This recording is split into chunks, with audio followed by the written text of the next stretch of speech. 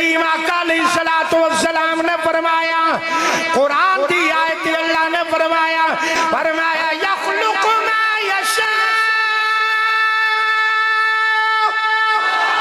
मा यहबु लिमन यशा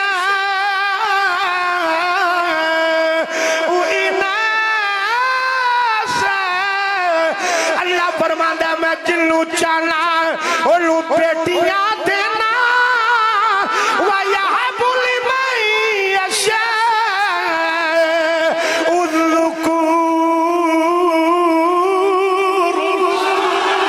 फरमाया मैं जिन्नू चाहना मैं बेटा अता करना। अल्लाह ने पहलो धियां दा जिक्र कीता है, अल्लाह ने पहले धियां दा जिक्र कीता है, फिर पुत्रां दा जिक्र कीता है। लेकिन असी पुत्र पहलो रखने धियां बाद च रखने। पुत्रां नू MA कराया, धियां दी बारी आई, आख्या 10 जमातां पढ़ के बह जाओ, जरूरत कोई नहीं पढ़न दी। लेकिन कुरान क्या